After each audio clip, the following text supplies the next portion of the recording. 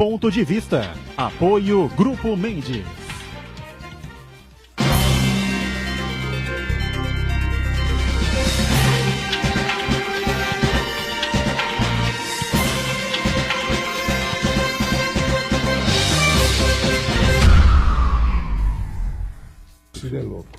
Olá, estamos começando aqui mais um Ponto de Vista, você sempre conferindo com a gente, né, acompanhando conosco aqui pela Santa Cecília TV, o nosso Ponto de Vista a partir da 1h30 da tarde, horário do almoço e a tradição da discussão política, claro, né, e dos temas importantes da nossa pauta aqui da cidade, da região metropolitana, a educação, a saúde, o meio ambiente, o transporte público, a segurança pública, enfim, os temas sempre fazem parte aí do nosso dia a dia e, claro, né, a discussão importante dos assuntos de interesse nacional nesta reta, mais do que final, das eleições de 2018. A eleição, um período eleitoral, uma campanha muito curta, 40 e poucos dias aí de campanha para se debater o Brasil. Lamentavelmente não se debateu coisa alguma, não se discutiu absolutamente nada.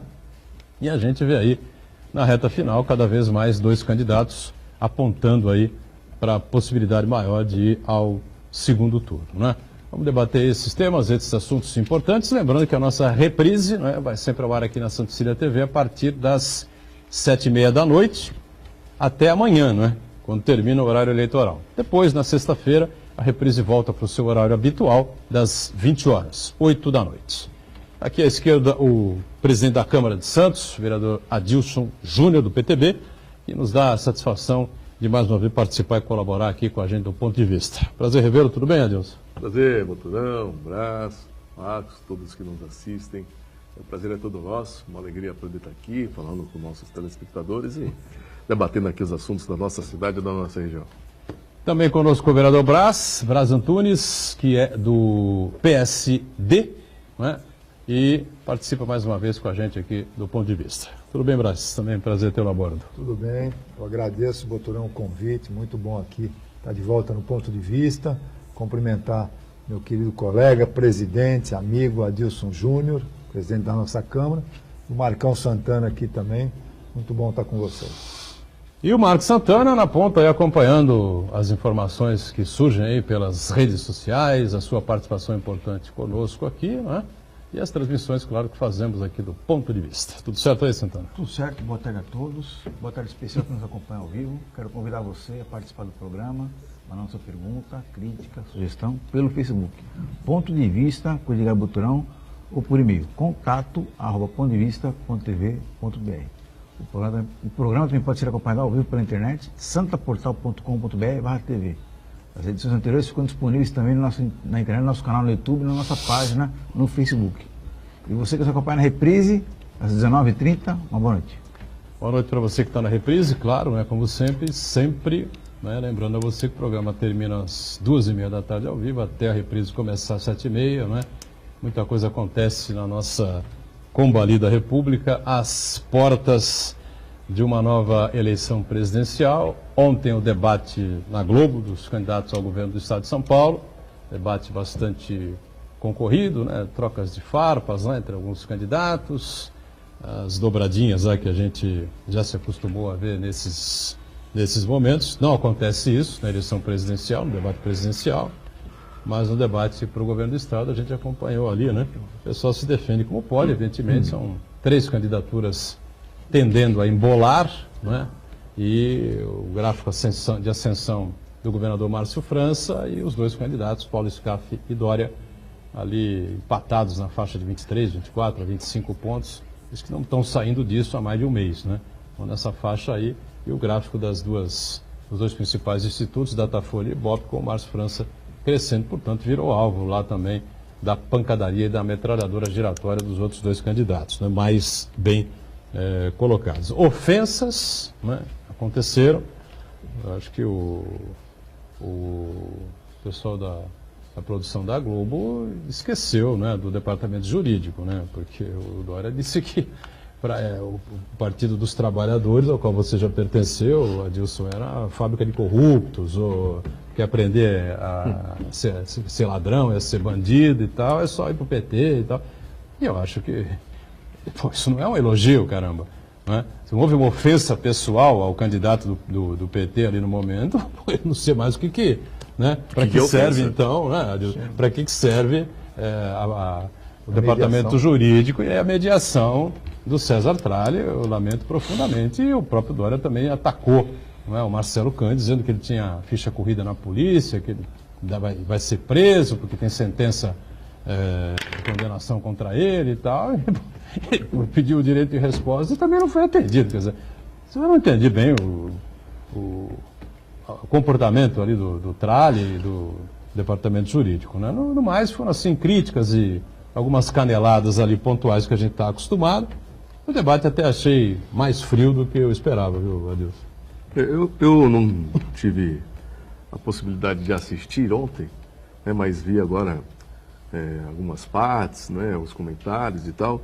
Mas eu acho que você falou no início do programa o que sintetizou também o debate de ontem, e considerando que é o último debate dos candidatos ao governo de São Paulo. Acho que, efetivamente, a falta de um debate propositivo.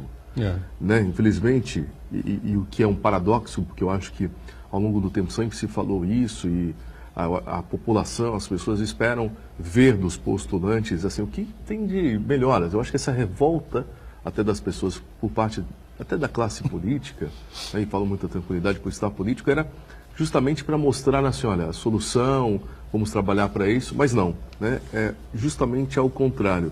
Pouco você vê de pontos essenciais serem discutidos e completando a maior parte do tempo com ataques pessoais, como a gente observou no debate de ontem, ou seja, e em outras plataformas também. Você não vê, às vezes, discutindo ações que fazem a população sofrer e deixando e gastando essa mesma energia em ataques de cunho pessoal, ou seja, então isso é ruim, né? Porque as pesquisas também mostram não só da insatisfação, mas, às vezes, da pessoa não ter nem a motivação de ir votar, não é? E talvez por isso, né, eu acho que, infelizmente, peca mais uma vez, né, alguns postulantes que, em vez de poder se concentrar e dizer algo concreto, palatável às pessoas, por quais razões, né, se colocam numa disputa, elas esquecem tudo isso e acabam tentando ganhar na disputa pessoal, que é bastante ruim. Senti falta disso. Pois é, o Brasil também acompanhando essa linha do Adilson. Eu vou repetir que eu já disse aqui em outras oportunidades, debate com 7 não é debate, né? É muito complicado, é muito difícil. Debate com 7, com 5, enfim, é muito complicado, é muito difícil. É 1 minuto e meio para você falar. Aí quando eu debato com o Adilson aqui, ele pergunta para mim, eu devolvo para ele e tal, não sei o quê, vai para o Santana, vai para você e tal, até voltar para o Adilson, lá foram 20 minutos do debate, entendeu? Vai que o cara mudou de canal, enfim, aí ele perdeu a fala do Adilson, quer dizer, o cara fica 40 minutos ou 1 hora sem ver o que o Adilson falou, entendeu? E sabe, é uma coisa muito complexa, muito difícil, e você tem que dar uma sacada aí para ficar alguma coisa, né, que marque ali naquele momento do debate, para que as pessoas se lembrem e tal do que foi dito. E a discussão minha com ele aqui, o debate meu com ele, é você com o Santana aí, quando volta pro Adilson com o Santana, ninguém mais lembra o que eu discuti com o Adilson aqui, enfim, é muito complicado, né? Difícil. Eu assisti ontem o debate, né? Acredito que aconteceu tudo isso que vocês acabaram de falar, porque, na realidade, o que você está dizendo, Boturão, é que não tem uma linha de raciocínio, né?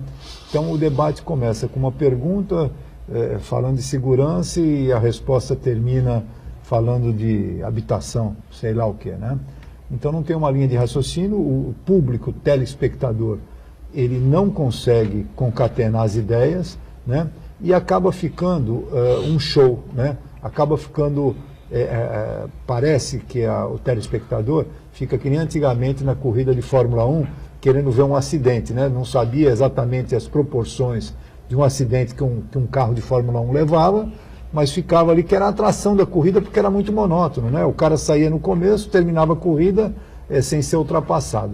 Hoje, a gente vê alguns candidatos, não só ao governo do Estado, mas como a presidência da República, que nós sabemos que não tem a mínima condição de chegar ao segundo turno, né? Não tem propostas assim, concretas, evocam a figura de algumas figuras religiosas, evocam a Deus, a isso e aquilo, e não se chega num consenso daquilo que a população quer ouvir, né? Qual é a proposta para moradia, qual é a proposta para aquilo e tal. Ontem, no debate, todos ficaram assim muito interessados em ver diretamente um confronto entre o Márcio França e o Dória, né? Porque são os que têm se atacado aí nos últimos instantes. O Márcio França tirou o Dória para dançar, né? Tirou, acho que ele foi até muito bem, falou muito bem, fez colocações, mas o Dória não chamou o Márcio França para dançar. Foi estratégico, tentando mostrar alguma situação que lhe convia melhor, né? Isso é uma disputa e a gente entende dessa maneira. Mas acho que os debates acabam sendo mais produtivos quando há o segundo turno, porque aí sim polariza a ideia de um contra a ideia do outro. Mas agora, num momento, ontem foram, se me falha a memória, 5 ou 6 candidatos, né? 7. 7 candidatos. Então, é difícil, é o que você acabou de falar. Quando você está perguntando aqui para o Marcos alguma coisa, até o Adilson chegar, o telespectador já mudou o canal de televisão, porque passou por muitos assuntos que não lhe interessavam. E, na realidade, eu mesmo, gostando e praticando atividade política, tive muita dificuldade de entender o que alguns candidatos ontem falavam, né? Então, eu acho que o mesmo, é mais do mesmo, né?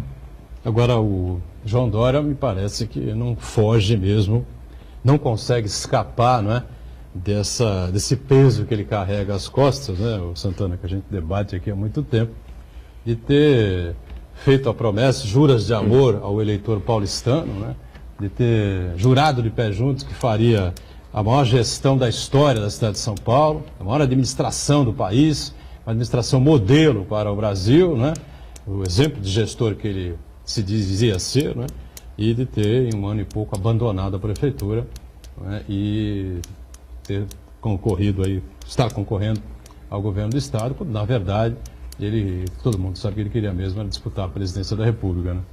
Mais uma vez, no debate de ontem, ele levou um monte de pranchada por causa disso. Exatamente. Mais uma vez, ele tenta praticar aquela missão impossível, que é contrariar os fatos, contrariar a verdade, né? Então, inclusive, ele foi confrontado por vários candidatos, alguns pesadamente, como a candidata do PSOL, a professora, que eu esqueci o nome. Lisete né? Isso. Arelaro. E foi confrontado fortemente mais uma vez. E, na verdade, quando parece, a impressão que me passa é que quando o Dória ele vai participar de um debate, ele vai à revelia dos demais candidatos. Ele vai ali com o seu script pronto, já com a sua fala decorada, para dizer coisas, não vai interagir com os outros candidatos. Quando uma coisa foge ali do script dele, ele parte ali para a baixaria, para o jogo sujo, né? Várias vezes ontem ele tentou interferir na fala do candidato Márcio França, inclusive o mediador também assistiu tudo impassivelmente ali, e fica muito difícil nessa altura do campeonato ele tentar negar os fatos.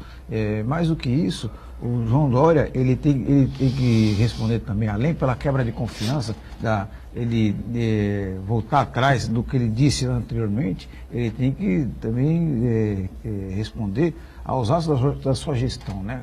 Ele ficou um pouco mais de quase um ano e meio à frente da Prefeitura de São Paulo. 15 meses, né? Prometeu mundos e fundos, e ao que ele se propôs realizar, ele não conseguiu fazer quase nada, né? Então, o eleitor, ele na urna, ele vai acabar sabendo diferenciar o que é candidato e o que é fake.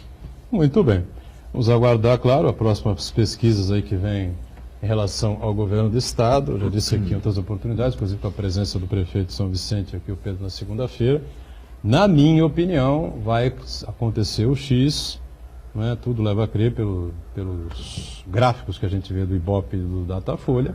Me parece muito complicado que de uma hora para outra os dois candidatos que estão estacionados ali naquela faixa de 22% a 25%, de uma hora para outra um comece a disparar, né? Só tem um candidato em gráfico de subida, que é exatamente o governador Márcio França. Eu disse aqui, repito, acho que vai haver o X, um dos dois vai dançar e o Márcio estará no segundo turno. Agora, vamos aguardar para ver se a gente acerta ou se não, né? Tá certo? E a notícia também importante, que na verdade não era grande novidade, né? Mas estava na cara que ia acontecer isso, o veto do médico do candidato Bolsonaro à participação dele no debate da Globo, né? Quem é que não sabia disso? Aliás, isso sempre foi... Aliás, os marqueteiros, né? Tive o privilégio de estar nessa área, que gosto bastante. Você foi marqueteiro também? Não marqueteiro, né? Mas trabalhei em agência de publicidade, né? Gosto muito. Mas no marketing político, né? O cara que está em primeiro, e sempre fala, não participe, que a tendência é que você só perca e não ganhe, né? E ele não precisou de marqueteiro nesse momento, mas sim do médico, que é o melhor dos álibis, até porque todo mundo sabe que talvez se o Bolsonaro tivesse uma exposição que não teve por conta dessa fatalidade, a tendência era ele perder e não ganhar, né? Ou seja, tá aí o que aconteceu. Ele ficou esse período inteiro calado, né, sem exposição, e cresceu. Talvez se ele tiver uma exposição, penso eu, né, e ele começar a falar ou discutir ideias, a tendência é que ele perca, de fato, que ele comece a cair. Eu acho que há esse sentimento, né, da população, é um candidato que está em primeiro lugar nas pesquisas, mas que contradiz toda uma regra. Primeiro, ele não tem aliança partidária. Contradiz a ciência política. Segundo, ele não tem tempo de televisão. Terceiro, não participou de debates. E está em primeiro, ou seja, na verdade, ou tudo mudou, ou realmente, né, nós que estamos na vida política temos que reaprender, porque é algo essa eleição a se estudar. Adilson, se me permite, eu acho que uma coisa que ajuda a explicar essa grande ascensão do Bolsonaro, além dele ficar calado, né, que isso aí contou pontos para ele, eu acho que ele, de todos os candidatos, ele mais conseguiu capitalizar o sentimento anti-PT, anti-Lula. Ele catalisou, além de ter, ou antissistema, né? Além de ter esse forte componente, essa bandeira, né, de combate à corrupção, linha dura em relação à segurança pública, que isso são temas que são muito sensíveis à população, inclusive e principalmente a população desavisada, que fica esperando soluções milagrosas para problemas muito complexos. Então o Jair Bolsonaro, ele conseguiu capitalizar muito bem todo esse sentimento, né?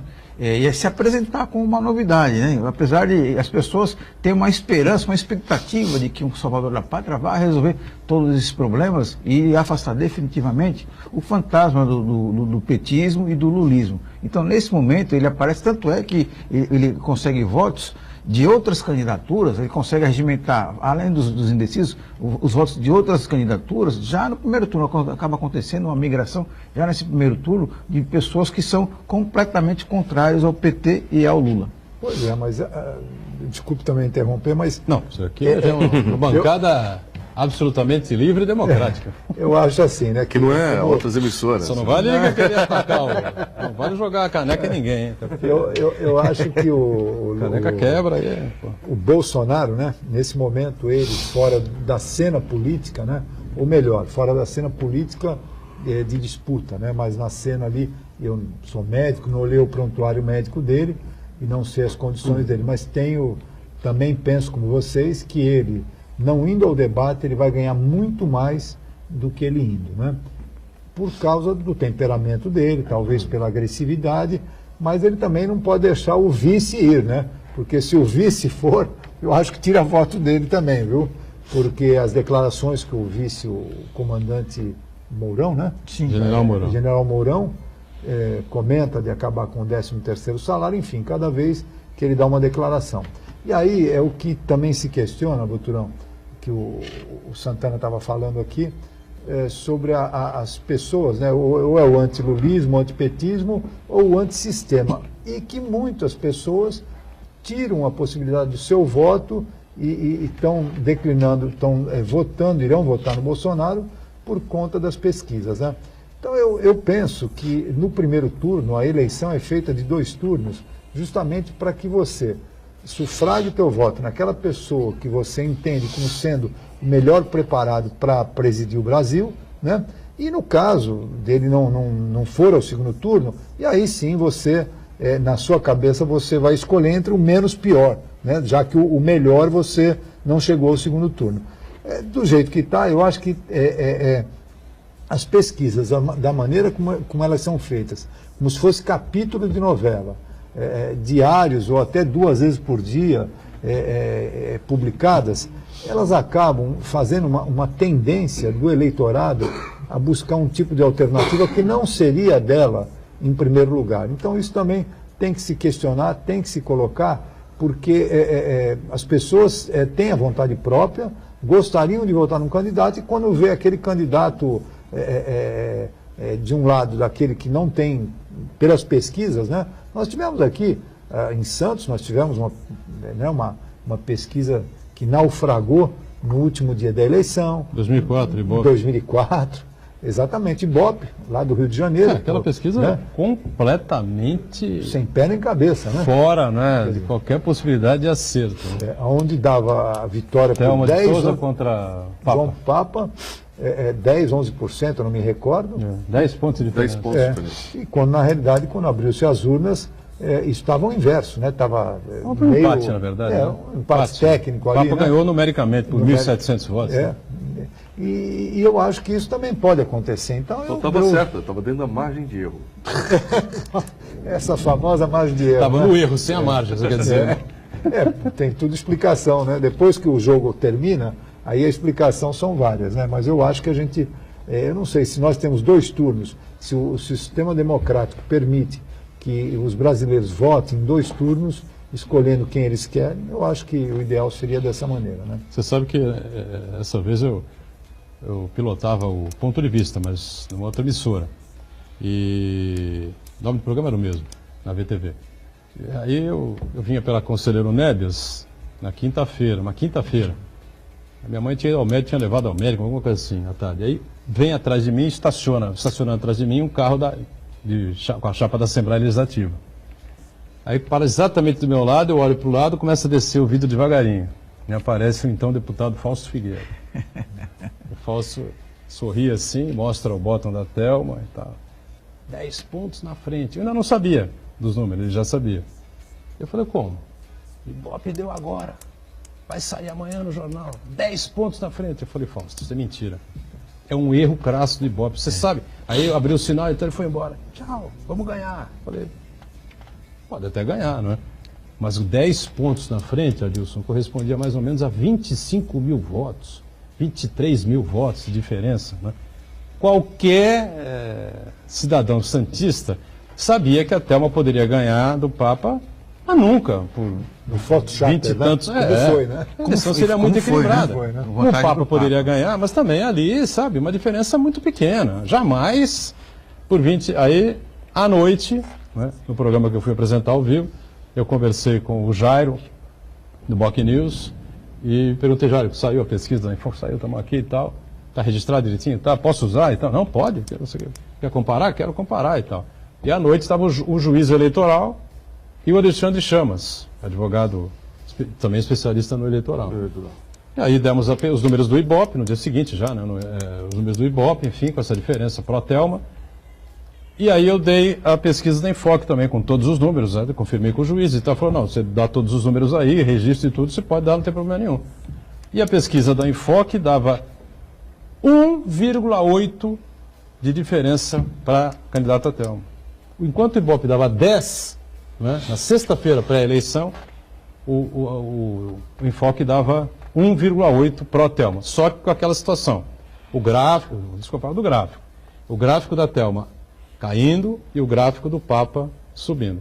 Ninguém poderia dizer, olha, vai fazer o X amanhã. Fez o X domingo. O X foi no domingo, exatamente, cruzou o gráfico da Thelma com o gráfico do Papa, houve um empate ali, né, em termos percentuais, e 1.700 votos de diferença. 1.791.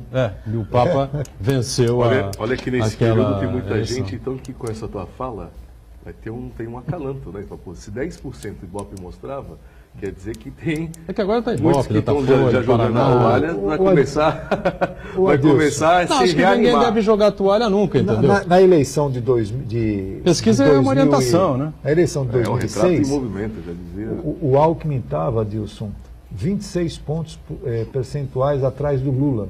Não ia para o segundo turno. Quando abriram as urnas, o Alckmin estava 6% atrás do Lula e foi para o segundo turno. Em 2010, você teve um fenômeno até parecido. Quando a então candidata Dilma, que era o poste do Lula, né, primeira eleição dela, ela conseguiu uma margem de distância que havia um indicativo de uma enorme possibilidade também dela virar em primeiro turno, vencer em primeiro turno, né? Quando houve aquela votação maciça, até meio que inesperada, na candidata Marina. Na Marina. Marina. em 2010? Marina Silva. O Serra cresceu um pouco, na verdade, cresceu pouco. Né? Quem cresceu muito foi a Marina e evitou com que a Dilma vencesse no primeiro turno, acabou ganhando no segundo com uma margem até folgada em relação a José Serra. Vamos para o intervalo, já retomamos a sequência aqui do Ponto de Vista em instantes.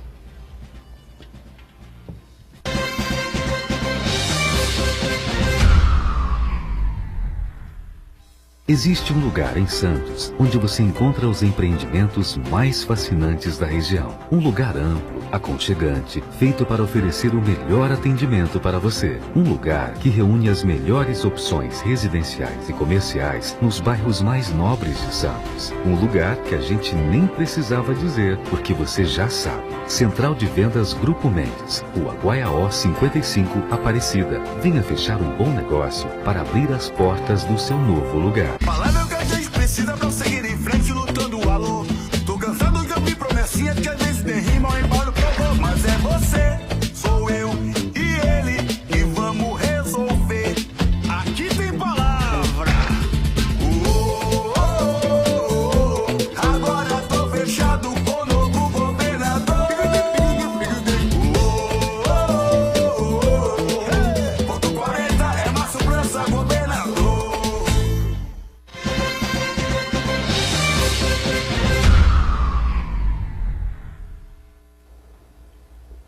Muito bom, estamos de volta aqui, sequência do nosso Ponto de Vista, com os dois vereadores aqui da Câmara de Santos, o presidente da casa com a gente aqui, Adilson Júnior, o vereador Brás, né? Brás Antunes, e o Adilson do PTB, o Brás do PSD, né? E o Marcos Santana na ponta, conferindo aí as participações das redes sociais, enfim, sempre à vontade. Alguma coisa aí, Santana? Isso, o Sidney Jesus Salani, ele comenta, na verdade, sobre o programa de ontem. Ele deve ter visto na reprise e mandou um comentário hoje aqui, que ele está de pleno acordo sobre o que falamos ontem sobre a censura, mas ele diz que esquecemos de falar sobre os outros bandidos que estão sendo presos no meio da eleição, como o Beto Richa e o Garotinho, que eles têm que ser expostos sim, para que todos possamos conhecer a verdade. O Beto Richa foi preso, mas está solto. O Garotinho eu acho que está solto, né? Não foi preso o Garotinho, solto. né? Ele Mas ele foi impedido impugnado, de né? concorrer, né? Impedido de disputar. Mas, inclusive, veja, são coisas de Brasil mesmo, né? A foto do Garotinho vai estar na urna, né? Se você digitar o número do Garotinho, vai aparecer. Você não, porque eu voto no Rio de Janeiro, né? Eleição do Rio. Se você o carioca digitar lá, o morador do Rio, o eleitor do Rio digitar o número do Garotinho, vai aparecer a foto dele. Se você apertar o Enter, o seu voto vai. Ele só não vai ser computado, né? Ele fica guardado lá num, como é que chama, num local especial lá da tecnologia, do sistema de... Em quarentena? Aguardando para ver se há alguma decisão, enfim, né? Se essa decisão sair daqui a 6 meses ou 2 anos, tá certo? E o Garotinho for absolvido e de repente ele pudesse ir para o segundo turno, aí como é que faz? Aí morreu, né? Pô, é um negócio inacreditável o que acontece aqui, mas tudo bem. Vamos tocando o andor, porque a gente tem que viver, tá certo? Eu queria levantar a questão da segurança, né? Já que o Brás aí pilotou, ou foi um dos organizadores, né, de um evento interessante lá no Estela Maris, né? Porque o pessoal do Boqueirão anda muito revoltado, realmente tem crescido assustadoramente, o Adilson, o número de assaltos, roubos, furtos, né? No bairro, no mundo inteiro, no Brasil inteiro, né? Mas no bairro do Boqueirão, de tempos para cá, parece que foi escolhido a dedo, né? E houve lá essa reunião, queria que o Brás explicasse um pouquinho do que acabou sendo debatido, quem compareceu, enfim. Bom, Boturão, a segurança entrou na pauta nacional, né, como um dos principais itens a serem discutidos. Hoje não se fala mais em saúde e educação somente, e segurança também. Santos está sofrendo com isso, vários bairros da cidade têm sofrido com a falta de segurança, né, a diminuição do efetivo de policiamento, a pobreza, enfim, das pessoas, enfim, levam a uma série de situações.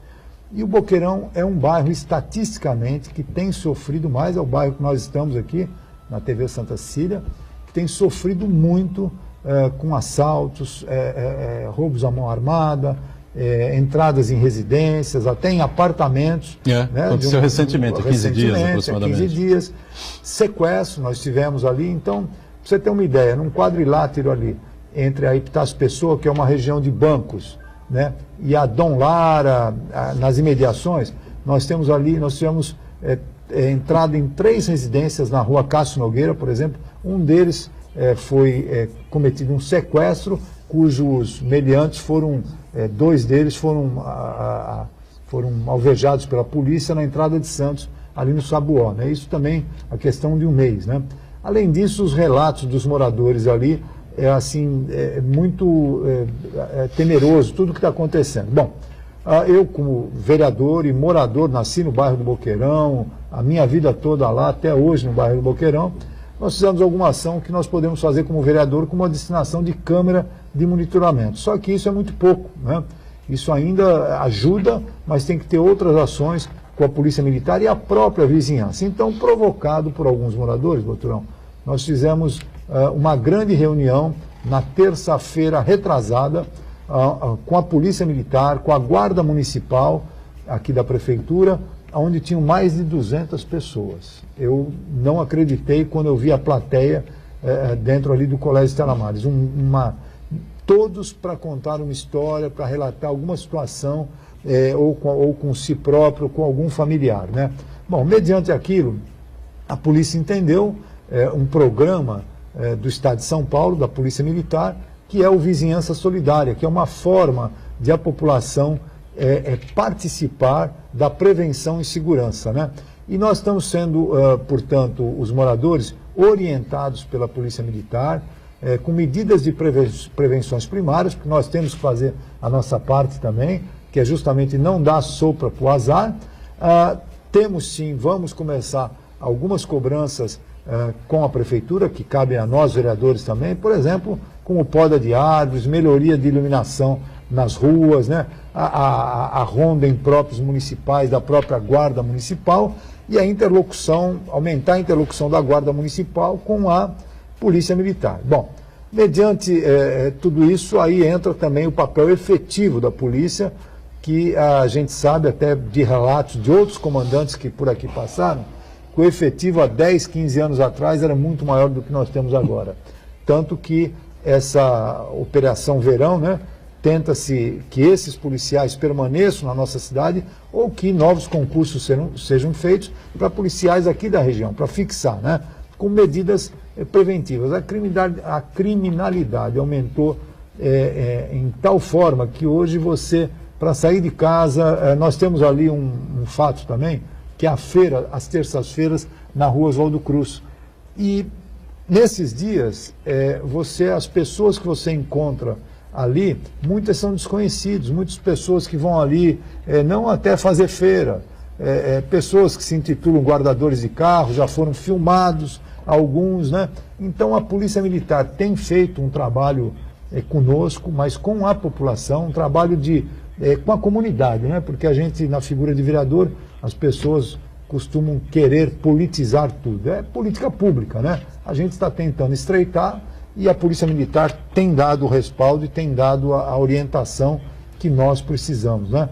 A Câmara agora saiu a licitação, saiu a abertura do pregão eletrônico no Diário Oficial de segunda-feira, portanto, a gente espera que dia 11 abra-se lá o envelope, a empresa vencedora coloque uma câmera, porque aqui no Boqueirão são poucas câmeras de vigilância, ao contrário de outros bairros, né, da nossa cidade, e a gente quer uma melhoria. Então eu estou aí lutando junto com a população que está imbuída. É um problema, não é só do bairro do Boqueirão, muita gente fala, Braz, você está falando muito do Boqueirão, não há nem como... É onde eu fui provocado, onde me procuraram, onde a gente fez alguma ação efetiva, né?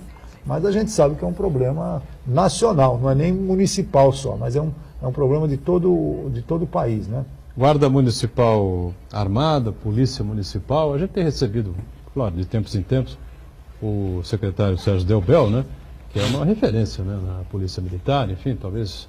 Não vou dizer que foi o melhor, mas um dos melhores comandantes que nós tivemos aqui da PM, na região metropolitana e Vale, enfim, né, na região metropolitana e todo o litoral. E ele fala muito nisso, que é preciso municipalizar a polícia mesmo, modificar essa questão orçamentária, enfim, né, Deus, porque o problema realmente é grave, né? Grave. Acho que o professor falou, sintetizou bem, né? Acho que a questão da segurança, ela está ali beirando a preocupação da população, por exemplo, quanto à saúde, contra a educação e é generalizado, né? Tem aqui no bairro do Boqueirão, tem no bairro do Marapé, na Zona Noroeste. Eu acho que é uma questão que está aliada aí principalmente à falta de emprego, né? A economia, né? Infelizmente, e isso acentua. Aliado a tudo isso vem a drogadição, né? Em especial o crack, que é infelizmente aí o que assola aí muitas famílias, né? E realmente precisa. E talvez a gente falava da falta, às vezes, de ação por parte dos governantes ou de propostas. Essa é uma que eu particularmente ainda não vi nenhuma proposta efetiva, por exemplo, de candidatos a governador ou de candidato à presidência da República, né? Precisa efetivar isso. A questão municipal, ela fica sempre de mãos atadas, né? Porque a polícia é uma questão do Estado e também tem as suas limitações. Ou seja, então tem que ser algo com uma sinergia, a própria população, a cidade nesse sentido. A Guarda Municipal, por exemplo, tem essa dificuldade de ser armada e não é só armar que garantiria essa segurança, né?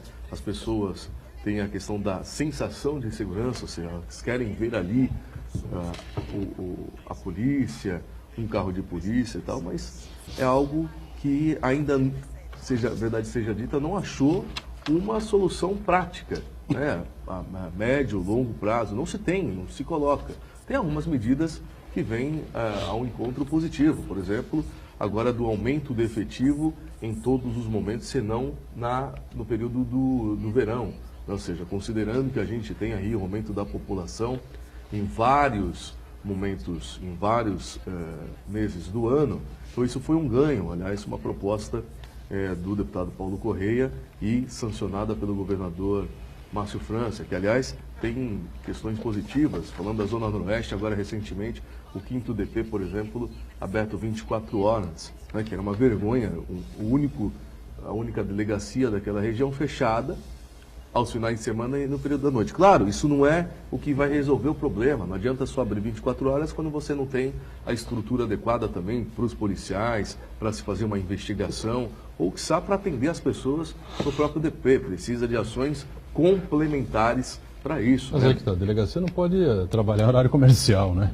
Não dá, Não é né? possível. Que nem hospital, né? Você fechar sexta-feira, Fecha, sábado a 1 da tarde, É o que vamos dizer, acontecia. fecha sábado a 1 da Restaurante fechar tarde e pro volta almoço. assim. Não, é o que acontecia num DP, numa região de alta vulnerabilidade, que é a Zona Noroeste. Não é aceitável, estimável, não é aceitável, sem dúvida, claro. Da Fechar o mesma restaurante forma, na hora do almoço, né? e da mesma forma na Polícia Militar, né, na questão ostensiva.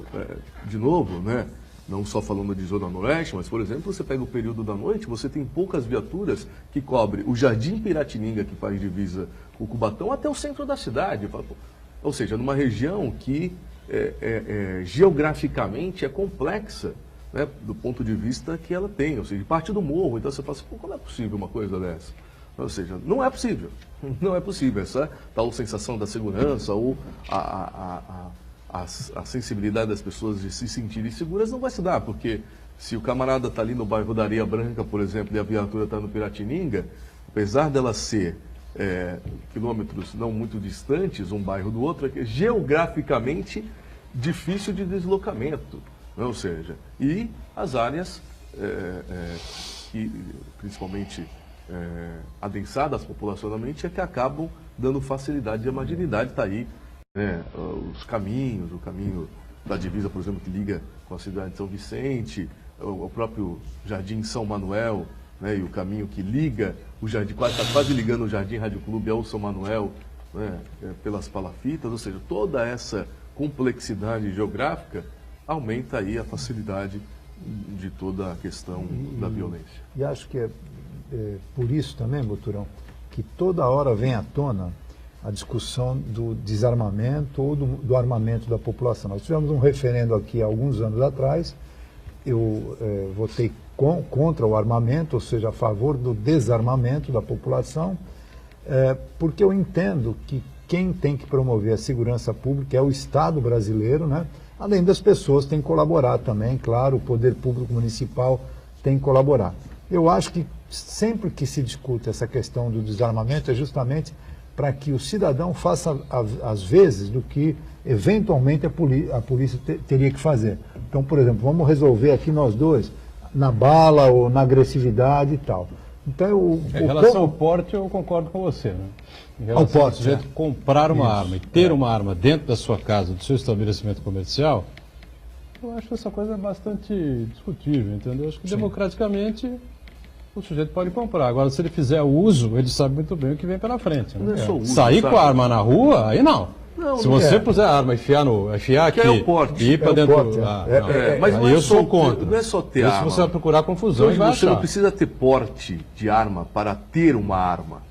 Você pode, por exemplo, ser um atirador, por exemplo, e ter possibilidade de transportar a sua arma, inclusive hoje até municiada. O problema não é esse, o problema está na capacitação de quem tem uma arma letal. Aí é que está. Sem dúvida. Né? Eu acho que, e não é acessível também assim, ou seja, para você hoje ter acesso a uma arma de fogo, né, você tem que ter um investimento significativo, ou seja, com certeza você tem que, não gasta ali menos que 10 mil reais hoje para se ter uma arma de fogo, para comprar, para ter todo o significado. Isso eu estou falando da questão de ter o CR lá de atirador, por exemplo, profissional, que te dá o direito de ter uma arma municiada, munição dentro de casa, 1, 2, 3, e você poder transportar a sua arma, inclusive municiada, da sua casa até o teu estande de tiro, por exemplo. Né? Ou seja, então isso dá acesso às pessoas. O problema não está no comprar, no armar. Eu acho que o problema está desde que a pessoa tenha essa possibilidade, né? de como ela se utiliza. Porque hoje, do jeito que está a intolerância, seja ela qual for, imagine... Qualquer briga de trânsito. Não, claro. Exato. Eu sou nesse aspecto, eu sou radicalmente contra. Acho que Briga porte de arma trânsito, só crimes para passionais, pessoas né? específicas. Briga entre vizinhos e por aí vai. Nós né? não podemos tentar fazer justiça com as próprias mãos. É isso que eu estava Eu acho colocando, que porque você quando o tem razão. sentimento da população Tem razão. fica exaltado, a primeira coisa, vamos fazer justiça com as próprias mãos. Então, nós estamos num momento de intolerância de todos os tipos, política, racial, religiosa, sexual, todas as intolerâncias estão afloradas no nosso país, e uma arma na mão de quem está despreparado, como o Adilson falou, quer dizer, aquilo realmente é uma coisa muito ruim para a nossa convivência. Então eu acho que nós temos sim que avançar com esse programa da Polícia Militar do Estado de São Paulo, que é o Vizinhança Solidária. Nós temos que dar medidas, colocar na cabeça das pessoas que hoje o Brasil não é o Brasil de 20 anos atrás, onde a gente andava pelas ruas com correntinha de ouro, com relógio, e agora é o celular, né, no ouvido. Não dá mais para fazer isso, não dá mais para andar de vidros abertos. Nós temos que fazer a nossa parte, a nossa colaboração, e exigir das autoridades, da Polícia Militar, da Prefeitura, que façam os serviços básicos para uma melhor iluminação, uma poda de árvore, e a polícia que nos dê aí o aparato policial como medida de segurança. Né? Só para complementar a fala do Braz, além disso tudo que você relacionou, Braz, eu acho importante também investir pesadamente na inteligência. Não adianta o morador ali, o comerciante, achar que vai colocar uma viatura ali na porta do seu estabelecimento, que não tem efetivo para isso daí. Mas instalação de câmeras de segurança, e mais do que isso, fortalecer o trabalho de investigação da Polícia Civil, porque a gente sabe muito bem que esses pequenos roubos e furtos, né, que na verdade pequenos para nós, né, para as estatísticas, mas para a pessoa é um drama pessoal muito grande, esses roubos menores, eles são praticados por profissionais do roubo, né? São ladrões contumazes ali, que o seu cotidiano é sair de casa para ir assaltar. Então, um trabalho de investigação muito sério, muito persistente, vai ajudar a identificar e tirar de circulação esses elementos. Outra coisa que é importante é o combate intransigente da receptação. Além de um trabalho muito forte de conscientizar a população para evitar comprar aqueles negócios de ocasião, né, produtos muito baratos em comparação ao valor de mercado, também fazer com que as autoridades, a polícia, a própria prefeitura, São Paulo já fiscalizar os estabelecimentos. Em São Paulo teve uma experiência muito boa de combate aos desmanches, né, que eram alimentados pela indústria do roubo e do furto de automóveis. Então, se você fiscalizar intransigentemente a receptação, isso ajuda no combate à criminalidade. Vamos para o rápido intervalo, né? Lembrando que também é preciso oferecer oportunidades, né? Principalmente ao jovem e tal, aquela molecada que está aí no tal do nem, né? Não estuda, nem trabalha, enfim. E é um projeto interessante colocado na prática aí pelo governo do Estado, que é o GEPOI, né? A molecada acaba sendo dispensada pelo Exército e vai atuar pela gestão estadual, né, trabalhando, estudando, enfim. Acho que é uma saída inteligente. Foi criada pelo governador Márcio França. Se o Márcio perder, é óbvio, não precisa nem pensar duas vezes, que quem assumir vai fazer um X. Isto não, que foi ele que criou. Então, vamos inventar uma outra coisa, mas vamos pensar nisso aí mais para frente, né, e tal, né? O outro lá falou que a polícia tem que matar, né? Por isso falou o Dória. A polícia comigo vai matar a gente, entendeu? Então, a gente vai ter que sair de casa também com escudo protetor, se ele for o governador, porque vai que uma bala errada, né? Colete à prova de bala. Colete à prova de bala vai vender a torta e a direita, viu? Um break e voltamos já já.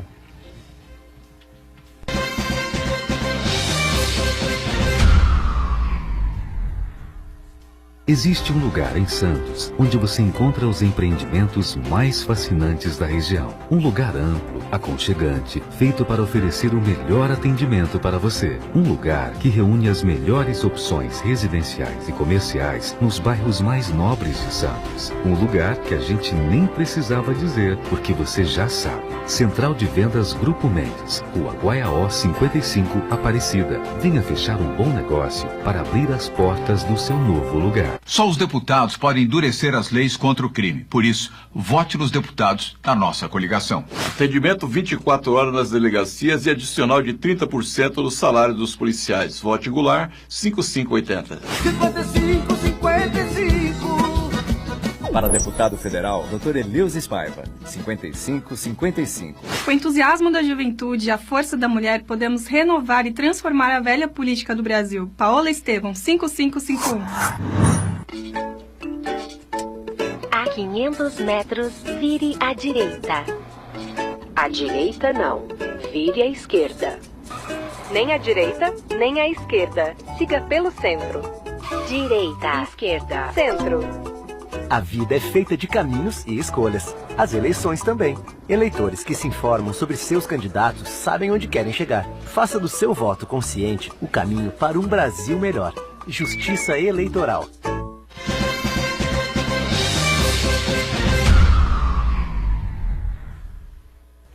Muito bem, na sequência aqui do nosso ponto de vista, com os nossos parlamentares aqui municipais, o vereador Braz aqui à direita, o presidente da Câmara, Adilson Júnior à esquerda. Nós tivemos uma perda ontem, né?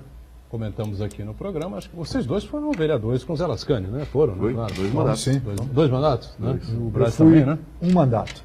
O Lascani foi realmente uma figura... Dois mandatos, desculpe, 2 mandatos com o Lascani, sim. E eu disse aqui com todo respeito, né, a todos os vereadores que passaram pela Câmara de Santos, ele deve estar indiscutivelmente entre os 3 ou 4 de maior capacidade intelectual, né?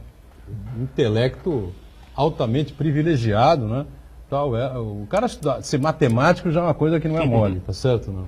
E bioeconomia, economia financeira, não é? Autor de livros, orçamentos, foi professor de matemática de um monte de gente aqui na cidade, várias e várias gerações, né?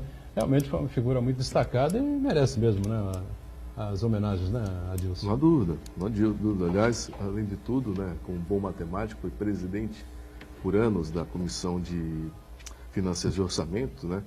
E você sabe que ele já, nessas 2.000 sessões, ao longo da história, deu 16.000 pareceres pela Comissão de Finanças, professor José Lascani. Pela história, né? E 16.000 pareceres. Pela sua manutenção. Mas é um ícone, né? Eu cheguei muito novo na Câmara, me recordo, fui eleito com 27 e entrei na Câmara com 28 anos, né? E depois de um período fui até para a Comissão de Finanças e tal. O Lascani sempre tinha aquele jeito ímpar professoral mesmo, né? Menino, vem aqui que eu vou te explicar como é. Você entendeu não, a explicação que ele entendeu? Não? Mas era uma As outras, por mais que ele se esforçasse, a complexidade era muito grande. Né? Foi pessoa da comunicação, esse negócio de matemática não é com a gente. Olha, o negócio não é mole. Mas foi uma grande perda, né? Uma pessoa aí muito especial para a cidade, para a história do Legislativo, né? Eu recebi com surpresa, né? Eu não sabia que o vereador estava nesse sentido ruim, nesse sentido do ponto de vista de saúde. Enfrentando uma doença grave. Ele esteve na Câmara há uns meses, né, Brasil? Teve uns 3 meses atrás. Uma surpresa. O Lascani acho que deixa uma lacuna, já tinha deixado com a ausência dele do Legislativo, porque o nível de capacidade intelectual, cultural, de conhecimento da matemática financeira, do orçamento municipal, eu acho que o Adilson há de concordar que entre nós, vereadores, né, nós não temos uma pessoa como essa, né, atualmente, e nem na época que ele também foi vereador. Né? Era um assunto que ele se debruçava, que ele pegava aquilo como se fosse um filho dele, né, e tratava com muito carinho, né, e ensinava a nós aquilo que a gente conseguia aprender, né, nos ensinava ali. Então eu deixo aqui também a família dele, estivemos lá, eu e o Adilson ontem, e todos os vereadores estiveram lá. Deixo aqui os meus sentimentos a toda a família, aos 3 filhos, a esposa e a todos os amigos que admiravam o Lascani. Aí é realmente uma perda irreparável. E nós tínhamos uma ligação familiar, né, através da minha avó lá, que era madrinha de 2 primas dele, né, madrinha de batismo, né, então aquelas coisas da vida, e depois fomos ser colegas vereadores, né, uma saudade. Eu lembro de uns cálculos, esse cálculo maluco, né, que o Lascani fazia, ele vinha mostrar e tal, algumas vezes ele levava em programas de rádio, às vezes de TV, e mostrava, olha aqui, presta atenção, você pega R$100 e põe numa poupança e deixa lá 20 anos, aí você vai ter, depois dos 20 anos, R$160, uma bobagem qualquer, né? Se você pega esses R$100 e faz, sei lá, bota em outra compra não sei o que e tal, você vai ter... não, desculpe, se você deve R$100 no cheque especial, ou pega emprestado, faz um empréstimo, depois do mesmo depois do mesmo tempo, né, que a poupança rendeu aquela meleca, né, você tem 1 milhão de dívida. Entendeu? E ele fazia o cálculo assim, realmente, muito didaticamente, né, para você perceber o quanto você é estuprado, né, nesse país. Diga.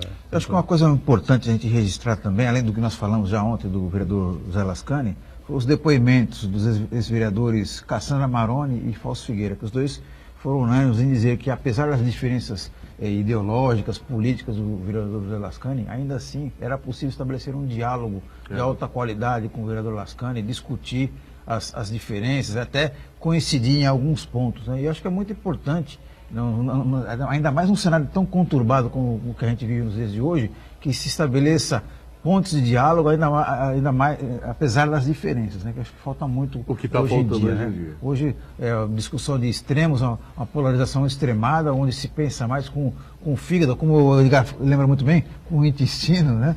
E é melhor estabelecer um debate sereno para estabelecer as diferenças, mas tentar chegar num consenso. Mais ou menos o que disse ontem aqui o professor Pascoal Vaz, né? Pascoal, que é um homem nitidamente de esquerda, foi secretário municipal de Finanças do Davi Capistrano, né? Já pegou na Câmara como o presidente da Comissão de Orçamento, o Zé Lascani.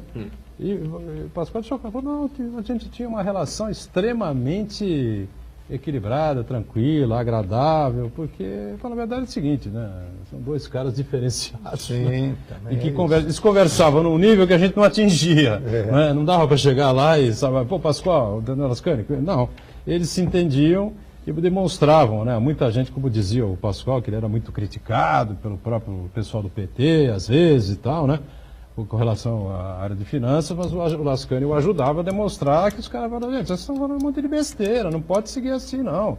Vou rachar a prefeitura no meio e vender daqui a pouco, do jeito que vocês querem fazer, pô, não pode. O orçamento tem que ser levado aí, de uma certa maneira, o máximo de seriedade possível, enfim, números são números, né? Ideologias à parte, né? Não há como fugir disso. Bom, o Brasil também tem outra situação bastante interessante, que eu queria que você explicasse também. Então, é interessante esse projeto da odontologia hospitalar, né? E foi sancionado pelo prefeito, né? E agora, tanto os hospitais públicos como privados terão esse serviço. Esse serviço vai ser oferecido por quem? Pela prefeitura? Então, Edgar, olha, com muita felicidade, no dia 5 de setembro, agora que se passou, o prefeito assinou a lei número 3.444, que já for aprovado pela Câmara de Vereadores, a quem eu agradeço aqui na pessoa do Adilson, nosso presidente Adilson, a todos os vereadores que votaram favoravelmente, derrubamos o parecer contrário que existia e, por unanimidade, a Câmara aprovou. E o prefeito, sensibilizado, conseguimos mostrar para ele a importância. Muitas pessoas, Boturão, Marco, o Adilson sabe que foi discutido na Câmara, acham que então o dentista vai levar o consultório dele para dentro do hospital. Não, não é isso. E tampouco é o cirurgião bucomaxilofacial, que já está dentro do hospital, no atendimento de politraumatizados, fraturas na face e tudo mais.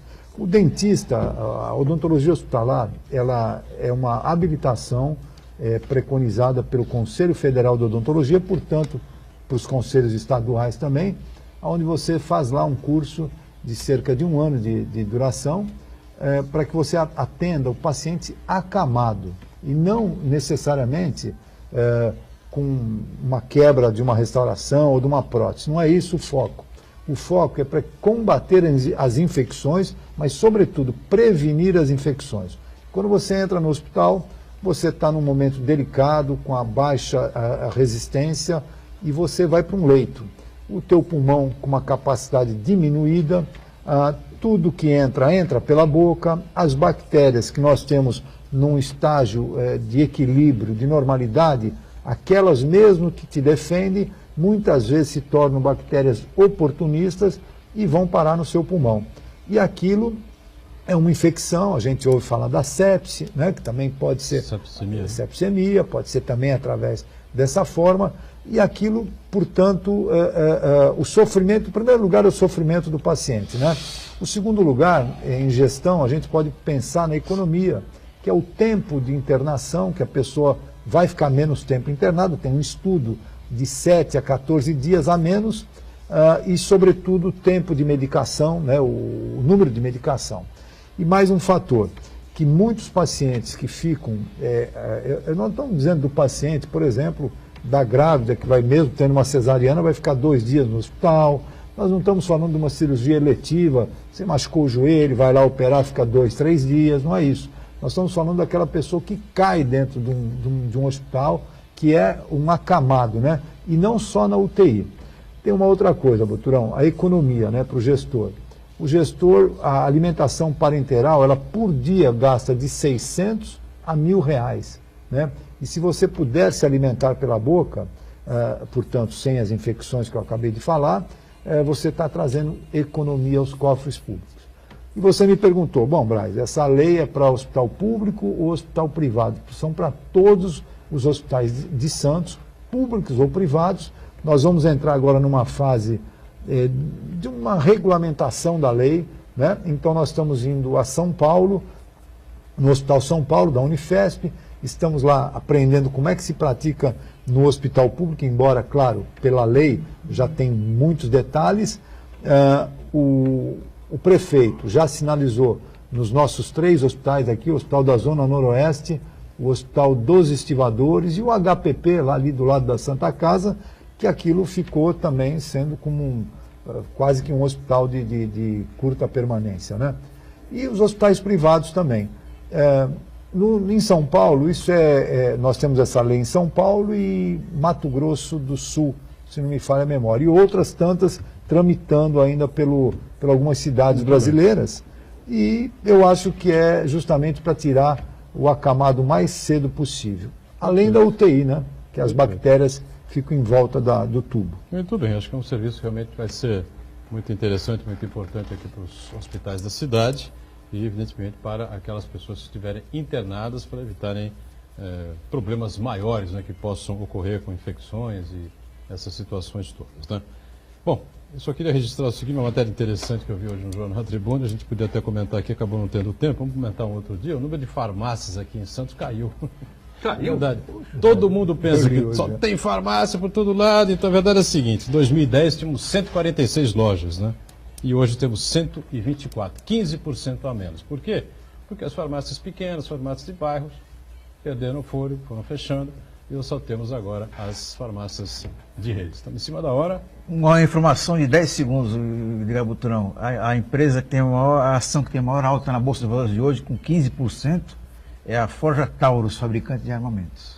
Estamos fechando o ponto de vista. Obrigado ao Adilson, presidente da Câmara, ao vereador Braz, o Santana diariamente conosco. A gente com você de segunda a sexta, sempre ao vivo, 1h30 da tarde, reprise às 7h30 da noite, até sexta-feira, quando não teremos mais o horário eleitoral. Reprise volta para as 20 horas. Valeu, obrigado, gente.